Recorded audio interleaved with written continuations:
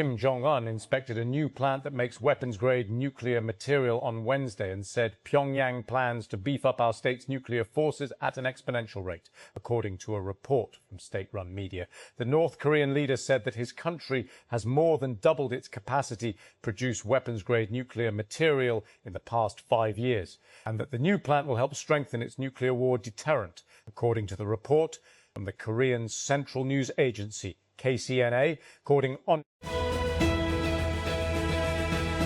The government has shared a new electricity pricing plan with the International Monetary Fund, IMF, that would substantially increase fixed charges for industrial consumers using less than their sanctioned load, particularly those shifting to solar and other off-grid power sources. The proposal, officially termed the two-part industrial tariff policy, aims to recover fixed costs and capacity payments from industrial consumers as more users migrate away from the national grid due to high electricity prices and weak economic growth. Israel and Lebanon agreed on Wednesday to implement a ceasefire, but said it would require a complete cessation of fire by Hezbollah. According to a joint statement after US-led talks in Washington, the two sides, which do not have formal diplomatic relations, also agreed to create pilot zones in which the Lebanese control of the territory to the exclusion of all non-state actors.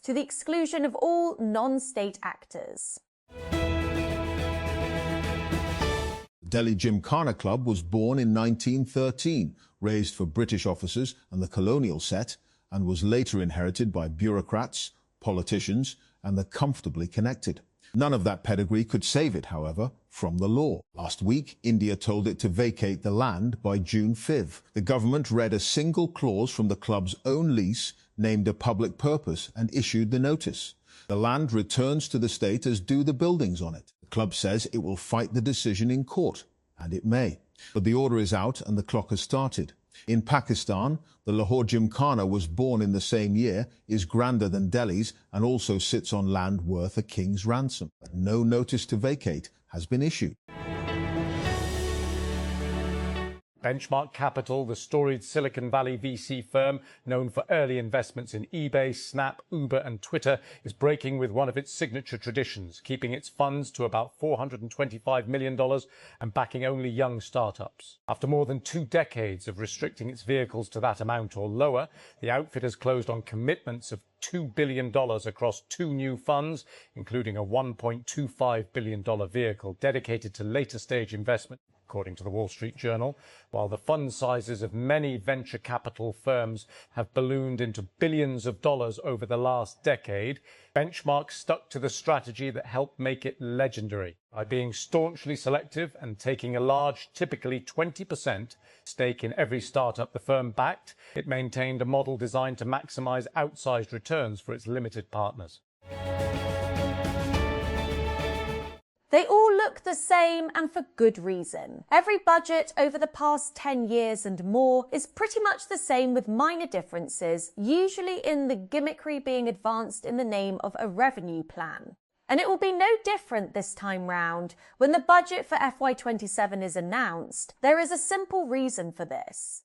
A little more than a decade and a half ago, Pakistan finally abandoned its last attempt to try and get serious tax reform through. Since then, successive governments have been rolling out various gimmicks, from amnesty schemes to point-of-sale machines, to do something that cannot be done with gimmicks. They are trying to document the growing services sector of the economy with these gimmicks, which is like trying to measure the ocean with a teacup. The government has postponed the announcement of the FY27 budget without offering any explanation for the decision. In the absence of an official announcement, speculation has been rife in the media about the reasons behind the delay. The most plausible explanation appears to be unresolved issues with the IMF, particularly with regard to fiscal space for relief and the transfer of some provincial resources to support federal spending. According to unnamed officials quoted in media reports, Pakistan and the IMF have yet to agree on revenue mobilization steps and the expenditure cuts required under the program.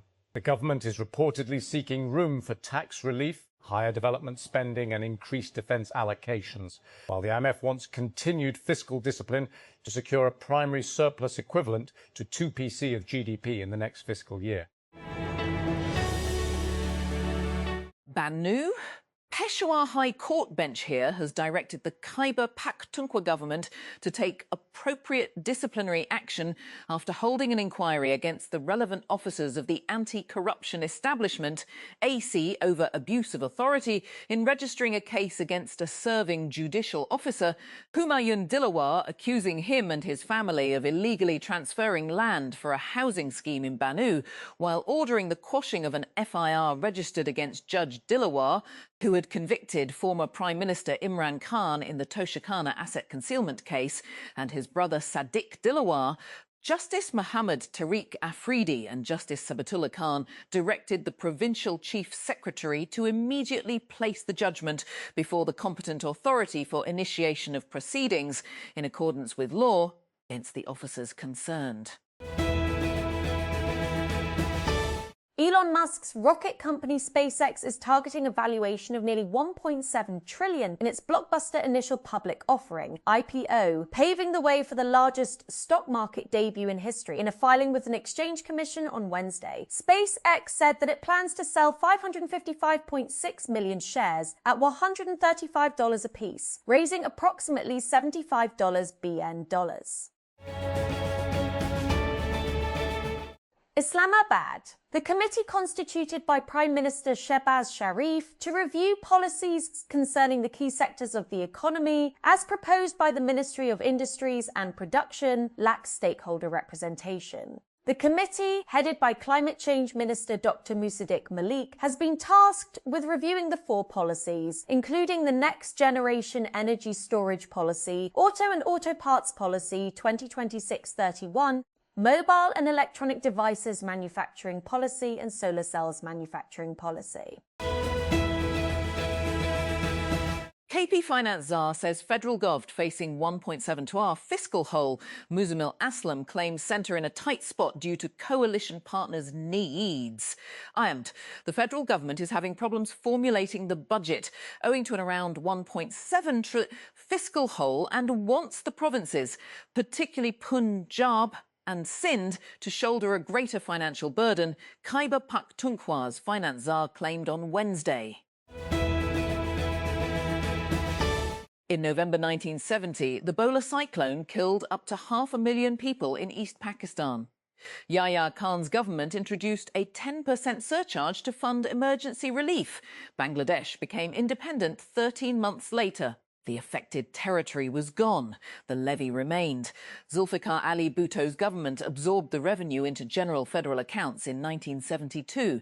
No accounting was published. In 1985, Jenzia introduced the ICRA surcharge, framed as an education fund.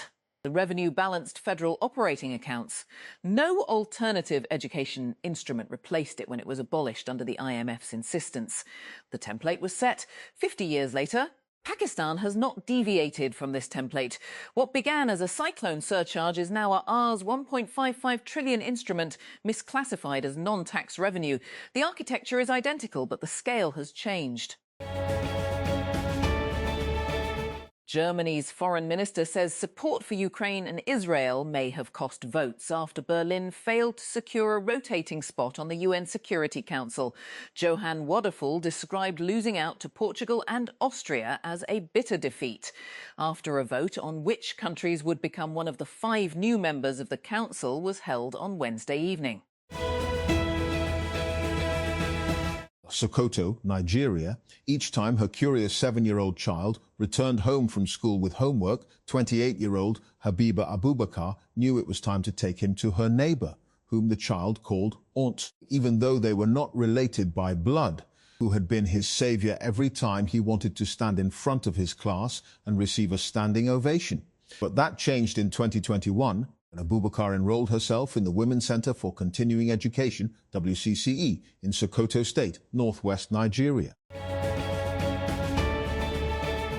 The Republican-led US House of Representatives approved a resolution on Wednesday to block President Donald Trump from continuing the war against Iran, reflecting Growing concern among members of conflict like the House voted 215 to 208 as 4 Republicans voted with Democrats in favor of the War Powers Resolution, which directs Trump to withdraw US troops from Iran unless Congress declares war or authorizes the use of military force.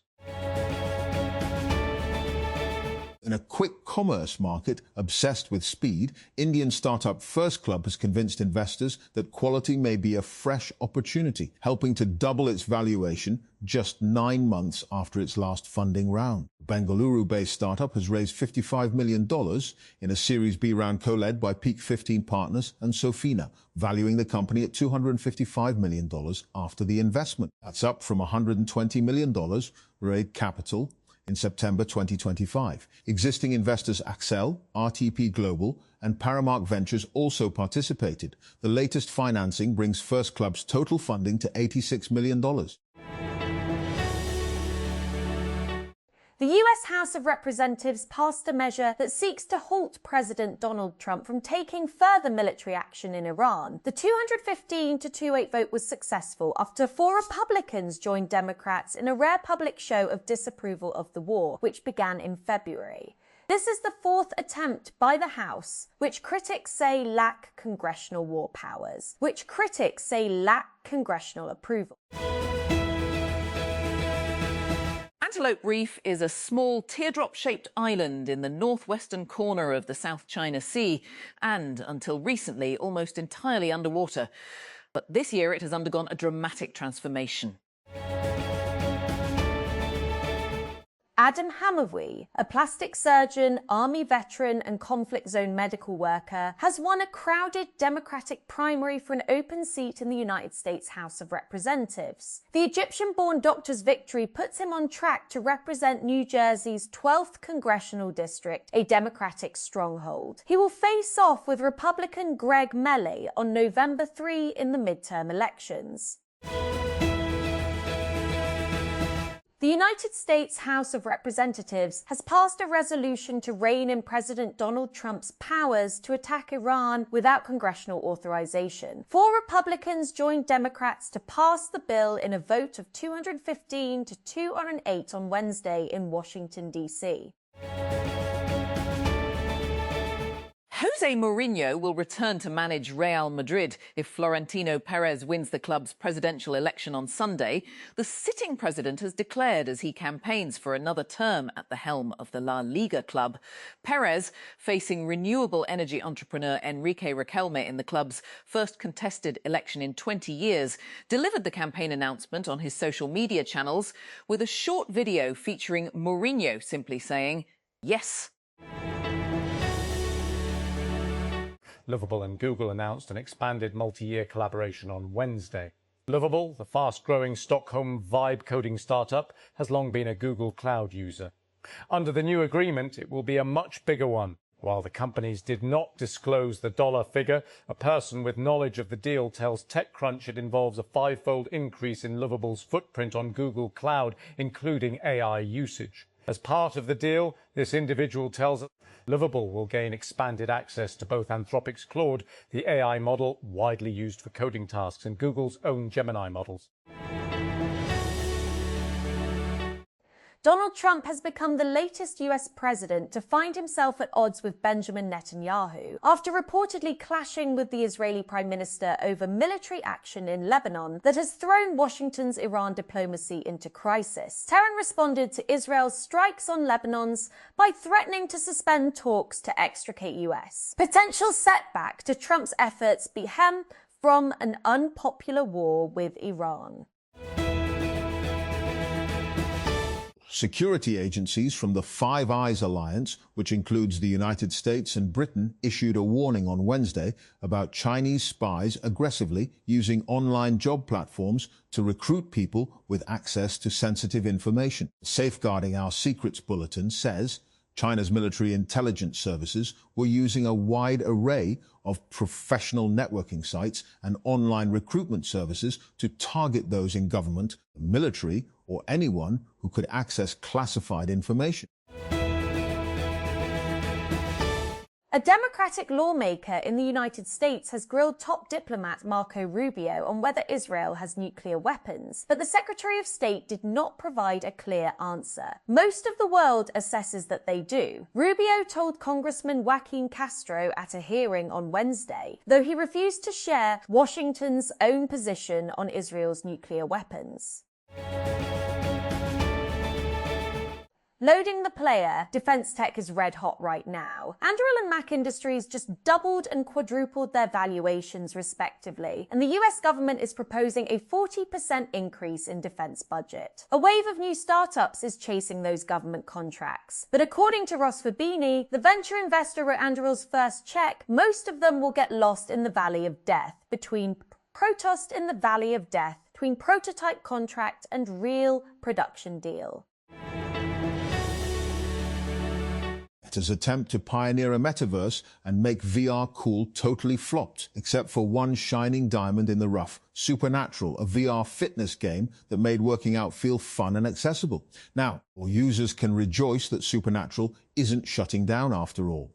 For Meta went through the hassle of fighting an 8-month antitrust battle so that it could acquire within the game studio that made Supernatural in 2023. The deal was reportedly worth around $400 million, plus however much it cost to fight and win an FTC lawsuit. Yet after all that effort, Meta laid off much of its VR team and announced that it would stop adding new content just a few years later.